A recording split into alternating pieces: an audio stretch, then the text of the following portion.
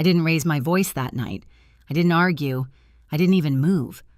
I watched my 6-year-old daughter shrink in her chair while my sister laughed at the device on her ear, and my father brushed it off as a joke. Forks clinked. Smiles stayed. I stayed silent. My husband didn't. He stood up, walked to the door, and opened it without a word. Just a boundary. What they didn't know was this. By the next morning, that silence would change everything. Before I tell you how, tap-like, comment where you're listening from, and share if you've ever protected your child from family. My name is Lily. I'm in my late 30s, a mother, a wife, and someone my family has never quite known how to place. I've always been the quiet one, the reliable one.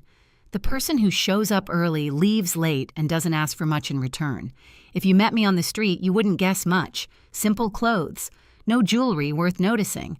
A calm face that people often mistake for softness. I let them.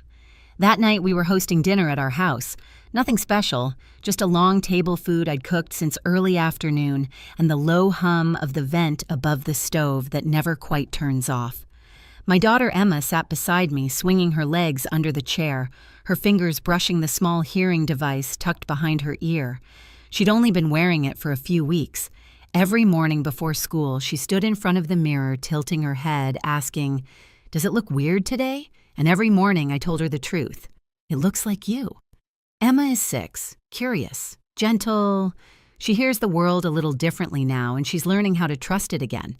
We'd been practicing sounds at the kitchen table, the click of a pen, the timer on the oven, my voice when I whispered her name. That night she was proud. She wanted everyone to see how brave she was being. My sister Rachel arrived late as usual. Loud laugh, sharp eyes. She scanned the room the way some people check prices, measuring, judging. My parents followed her lead, settling into their seats like this was all familiar territory. Comfortable, predictable. My brother barely looked up from his phone. At first, the conversation stayed safe.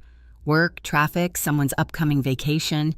Emma leaned toward me and whispered when she heard her name across the table, her face lighting up every time she caught a word on her own. Then Rachel noticed the device. She didn't ask. She didn't lower her voice. She pointed, tilted her head, and smiled in that way that always made my stomach tighten. The table went quiet for just a second. Not the awkward kind, the waiting kind. I answered before anyone else could. Calm, measured. I explained what it was, why Emma needed it, how well she was doing. I kept my voice steady because I believed stupidly that clarity would be enough. My mother's smile tightened. My father leaned back in his chair. Emma stopped swinging her legs. I felt something shift in the room, not loud, not sudden. Just a subtle change, like the air pressure dropping before a storm you don't see coming yet. And still, I stayed seated. Still, I tried to hold the moment together. I didn't realize then that this was the last normal minute we were going to have. Rachel didn't laugh right away. She leaned forward first, squinting like she was trying to understand a puzzle she didn't respect. Her finger hovered in the air, not quite pointing, but close enough to make my chest tighten. "So that's what that is," she said. "I thought it was some kind of gadget." I felt Emma's shoulder press into my arm. Her body went still. The kind of still that isn't calm, just careful. I explained again. Slower this time. What the device did, how it helped Emma hear certain frequencies, how it wasn't a phase or something we could just outgrow. I chose my words the way I always did around my family, trimming off anything that might sound emotional. Facts only.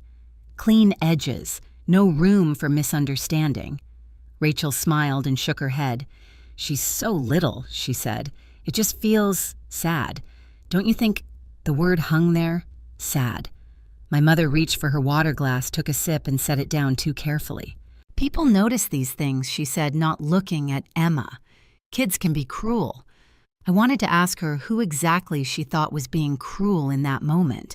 Instead, I breathed in through my nose and counted silently the way I had learned to do years ago. My father chuckled.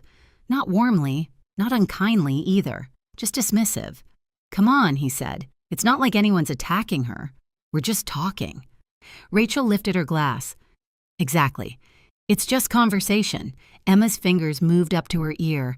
She touched the device, then dropped her hand like she'd been caught doing something wrong. I spoke again. My voice didn't shake, but it felt thinner now. "She understands more than you think." That was when my father sighed long and exaggerated, like I was making the evening difficult on purpose. He waved his hand palm up. "Lily," he said, "you're taking this way too personally. It's a joke. You need to lighten up." The word joke landed harder than anything Rachel had said. Because jokes don't make a child look down at their plate and stop eating.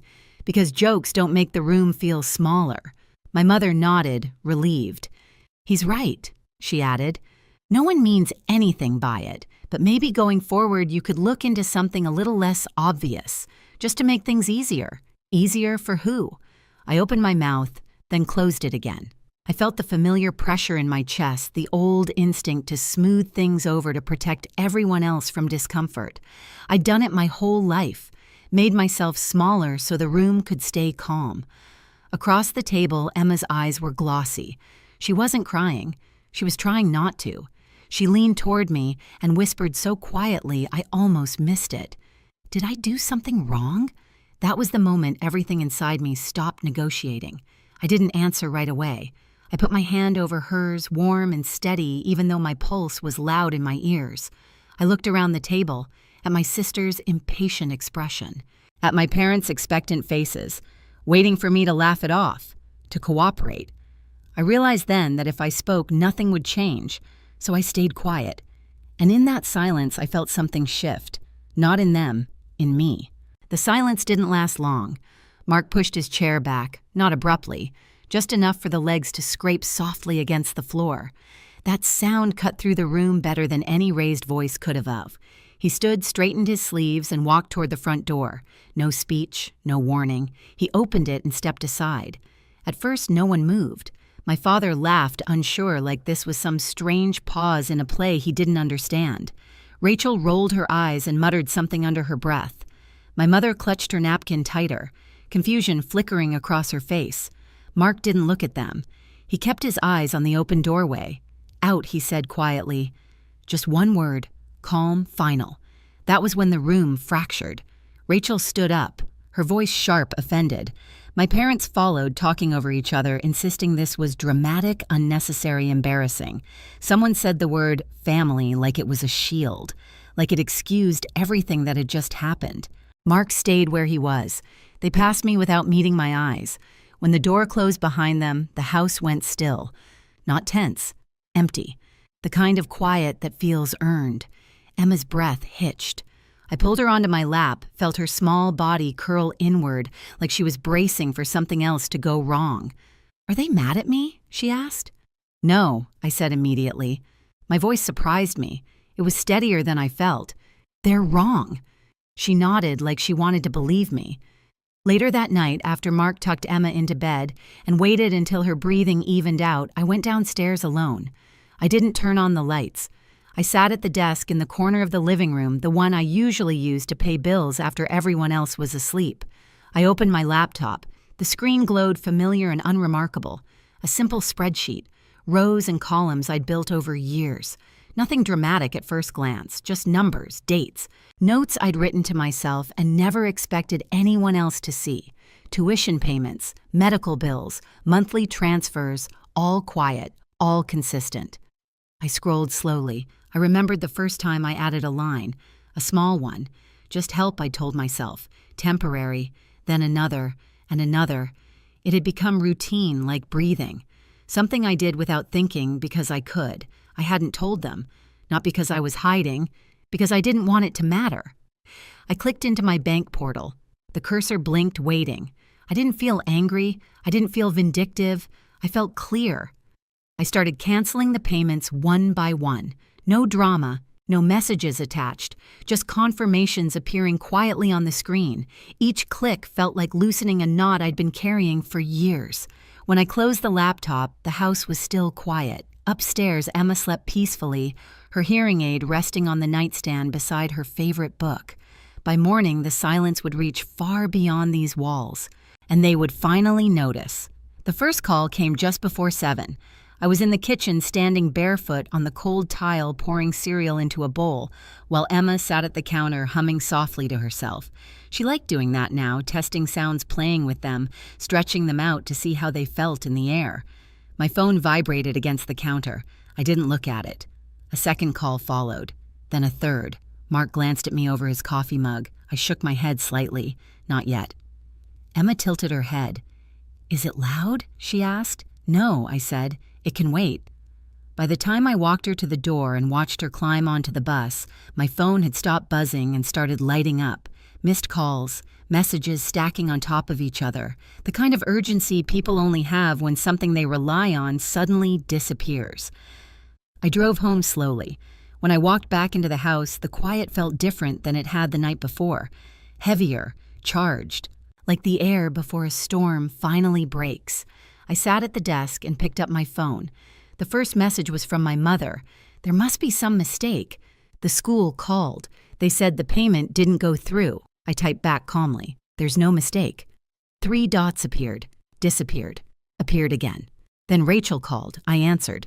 "What did you do?" she demanded. No greeting, no hesitation. "I stopped the payments," I said. "What payments?" Her voice wavered just enough to tell me she already knew. "The ones I've been making for years." There was a pause. A long one. "That's not funny, Lily," she said. "The school is saying we owe a huge amount." "I'm sure they are." She laughed sharply. "You don't get to just pull something like this. Sophie and Nathan's education isn't a game." I leaned back in my chair and looked at the window. The street outside was quiet, ordinary. "It's not a game," I said. "It's a responsibility, one that belongs to you and your husband." Her breathing turned fast. "You're not making any sense." So I stopped softening it. "The tuition payments, the ones covering both kids, those came from me." Silence. "I set it up years ago," I continued. "I didn't announce it. I didn't put my name on anything. I just made sure the bills were paid." "You don't have that kind of money," she said finally. "Flat, certain." I almost smiled. "I work in medical technology," I said. "That's all you've ever needed to know. But what I actually do, it's done well." Her voice dropped. "How well?" "Well enough to pay for private school, apparently." She whispered my name like she was trying to ground herself. "This is insane. Last night was a joke. You're blowing this out of proportion." "A joke," I repeated. That made my daughter touch her ear like it was something shameful. "That's not what I meant." "I don't know what you meant," I said. "I know what happened." She started talking fast then, apologizing without saying sorry, explaining without taking responsibility, promising she'd talk to the kids, that she didn't realize that she was stressed, that it wasn't fair to punish them. "I'm not punishing them," I said. "I'm stepping back." I ended the call. My father called next. He didn't yell. That surprised me. "What's going on?" he asked, his voice tight. "Your mother is upset. The club called. The billing office at her doctor's office called too." "Yes," I said. "I canceled everything." He laughed, disbelieving. "Everything, the membership, the extra medical bills, the support I've been giving your son, all of it." There was a long silence. "Why would you do that?" he asked finally. Over something so small, I closed my eyes. "Small," I said. "My daughter asked me if she was broken." He exhaled sharply. "You're being emotional." "No," I said. "I'm being clear. You never told us you were paying for these things," he said. "How were we supposed to know?" "That's exactly the point," I replied. "You didn't know? You didn't ask? You didn't wonder?" He tried a different approach. "We're family. Family." The word felt thin now. "Family doesn't mock a child," I said. "Family doesn't suggest hiding medical equipment to protect appearances. Family doesn't benefit quietly and then dismiss the person providing it." He went quiet. "I've been covering roughly the same amount every month for years," I continued. "I kept track. I always keep track." "You don't need to do this," he said. His voice had changed, softer, careful. "We can talk." "We did talk," I said. "Last night. You told me to lighten up." My mother took the phone. Her voice was already breaking. "We didn't mean it that way." "Then how did you mean it?" I asked gently. She didn't answer. "I didn't stop supporting you because I was angry," I said. "I stopped because I finally understood something. You didn't respect me. You respected what you thought I couldn't do." She cried then. Real tears. "We love Emma," she said. "Love isn't what you say," after I replied. "It's what you do in the moment." I ended the call before she could ask what I knew she was about to ask. My brother called last. He sounded panicked. "My account is overdrawn," he said. "The payment didn't go through. I need to know what's happening." "I stopped making the payments," I said. "What payments?" he asked, confused.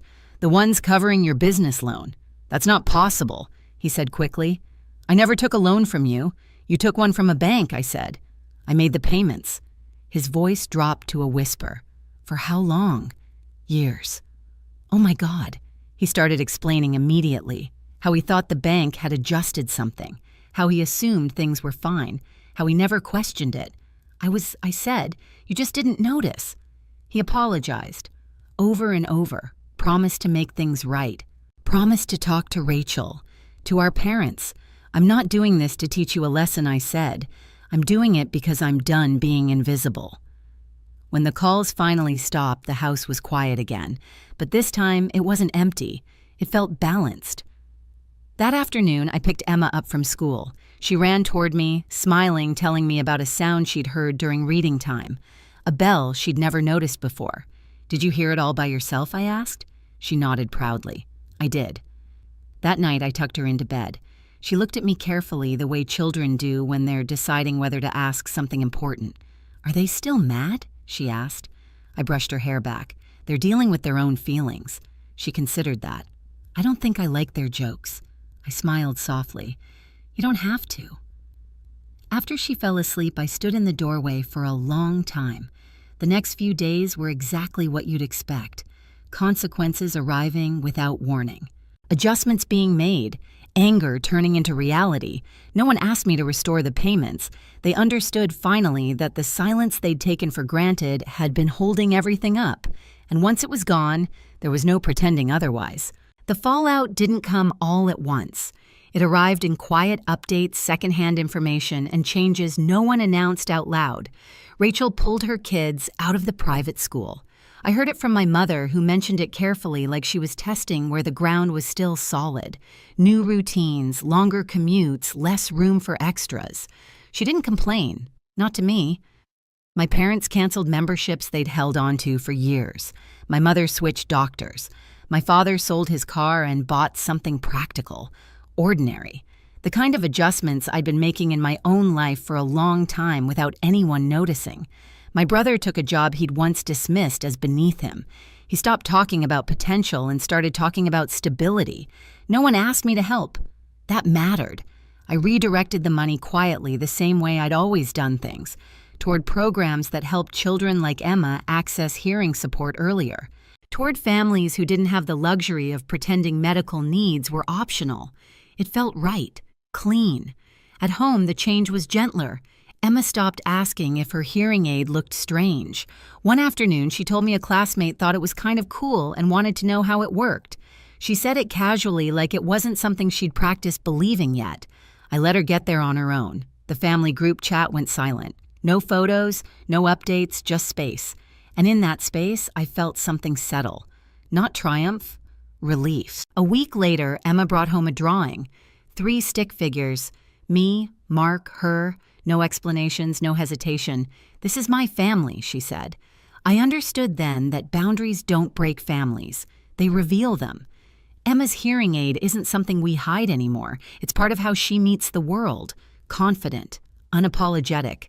If this story resonated with you, tap like share where you're listening from and tell me, have you ever had to protect someone you love from your own family? Subscribe so you don't miss the next story.